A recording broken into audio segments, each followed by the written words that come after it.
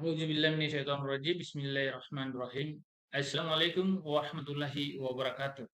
Jumpa lagi dengan saya Rusli SMN. Saat ini saya berada di Dinas Kependudukan dan Catatan Sipil, tepatnya di ruang kerja saya. Saya Rusli SMN selaku Kasubag Perencanaan Keuangan. Pada kesempatan ini saya coba mengajak para pemirsa semua untuk sama-sama menyimak pidato atau pengarahan pejabat wali kota Bobau pada saat apel perdana. Lebih jelasnya kita buka situs berita dari SPN News. Ya, kita buka berita, kita baca bersama-sama. Saya harapkan semua aparatur sipil negara yang berada di Kota Bobau untuk sama-sama menyimak, karena ini penting arahan dari wali kota kita bersama. Ya, jadi ada 5 hal yang disampaikan PJ Wali Kota Bobau pada apel perdana. Ini foto penyambutan beliau ketika tiba di Kota Bobau yang diambil oleh Diskon Info. SPN News Bobau. Pagi hari ini adalah apel perdana yang saya pimpin dan akan terus secara simultan dilaksanakan, kata PJ Wali Kota Bobau Dr. Muhammad Rasman Manafi SP MSI pada ribuan ASN Kota Bobau selaku peserta apel pagi pada Senin 9 Oktober 2023 yang lalu.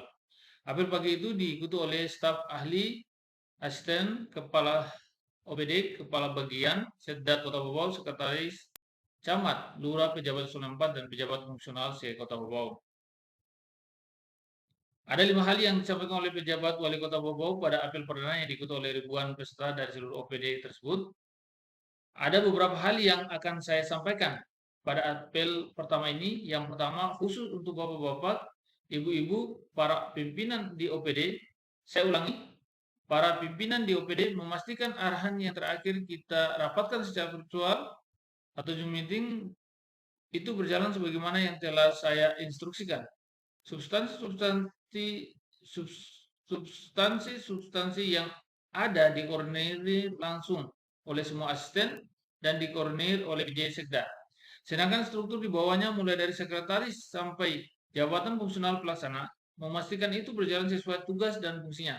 Kalau ternyata perintahnya itu belum berjalan sesuai tugas dan fungsinya, maka atasan langsungnya harus segera melakukan evaluasi secara lisan dan tertulis, supaya kita ada bukti bahwa yang memiliki tugas dan fungsi tidak dapat menjalankan tugasnya. Kenapa ini harus saya lakukan? Karena saya PJ Wali Kota Bobau, setiap 3 bulan juga dilakukan evaluasi pelaksanaan tugas saya oleh Bapak Mendagri melalui Dirjen. Setiap 3 bulan dilakukan evaluasi pelaksanaan tugas. Nah, untuk memudahkan saya dalam manajemen pemerintahan di Kota Bobau, maka semua OPD organisasi perangkat daerah juga melaksanakan evaluasi setiap minggu, supaya kita mendapatkan gambaran dalam 1 bulan, mana yang perlu kita bantu, perbaiki, atau perlu kita selesaikan. Itu yang pertama, tegasnya. Ia pun melanjutkan, yang kedua, saya memohon maaf kalau misalnya ada perintah, ada kebijakan yang sifatnya sudah ditetapkan sebelumnya tetapi tidak dijalankan, maka saya harus melakukan evaluasi dan pembinaan. Karena saya tahu persis semua perangkat daerah sudah memahami aturan yang berlaku di unitnya. Jangan jadikan kebiasaan yang salah menjadi kebijakan yang berlaku di unitnya. Kita sama-sama SCN. Saya juga berkarir dari Kota Bobau ini. 2003 saya menjadi pegawai di Kota Bobau. CPNS angkatan pertama nomor 1. Jadi saya tahu persis jiwa kita saat menjadi CPNS.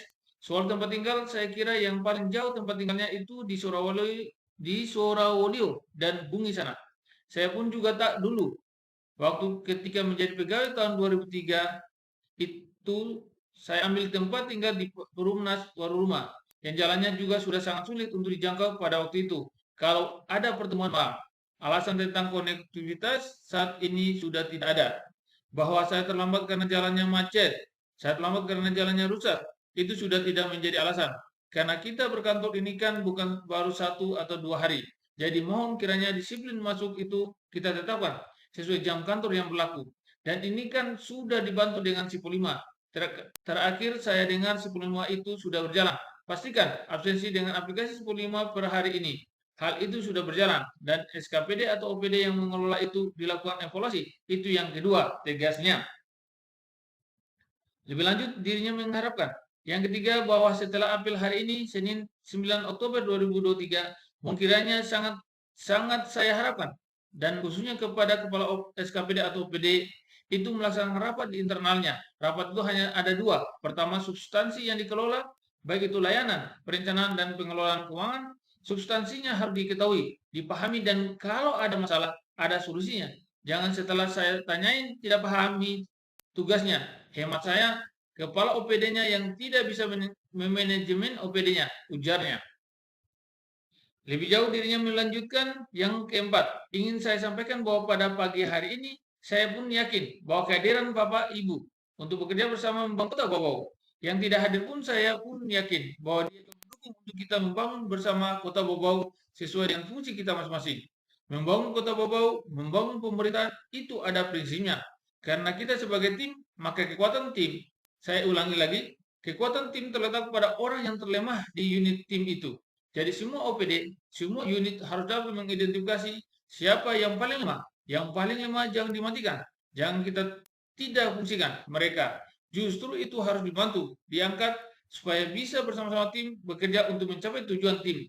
Saya ulangi, prinsip dari kerja sama tim di Kota Bobau adalah tim akan kuat. Kalau anggota terlemah atau ada anggota terlemah itu dapat diangkat sejajar dengan anggota tim yang terkuat. Jadi kita sudah tahu semua anggota tim kita yang mana yang lemah. Baik dari sisi disiplin, dari sisi pakaian, dari sisi substansi, silakan diidentifikasi setelah pertemuan kita pada pagi hari ini. Itulah yang segera harus kita lakukan. Itu adalah bagian dari manajemen pemerintahan, ungkapnya. Yang terakhir, masih kata suami dari Rifviani Dwi Rasman, ST, saya kira waktunya kita diupayakan supaya bisa efektif.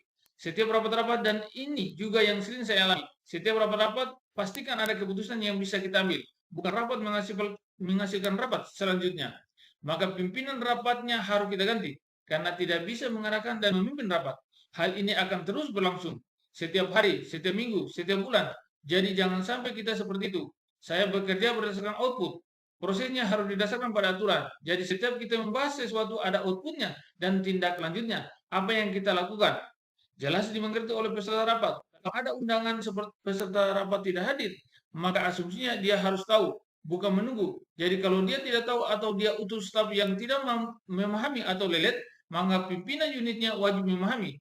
Saya kira itu 5 poin yang bisa saya sampaikan karena ini kita akan bekerja bersama, maka harapan saya kita bangun tim yang kuat untuk Kota Bobau. Kita wujudkan visi misi kita wujudkan kesejahteraan rakyat Kota Bobau, dan yang paling penting kita wujudkan persaudaraan anak negeri Butuni. Saya kira itu yang bisa saya sampaikan. Terima kasih. Wabillahi taufiq wal hidayah. Wassalamualaikum warahmatullahi wabarakatuh. Demikian 5 poin atau 5 hal penting yang telah disampaikan oleh PJ Wali Kota Bobau, Dr. Muhammad Asman Manafi SW MSI pada apel perdana pada tanggal 9 Oktober 2023 yang lalu.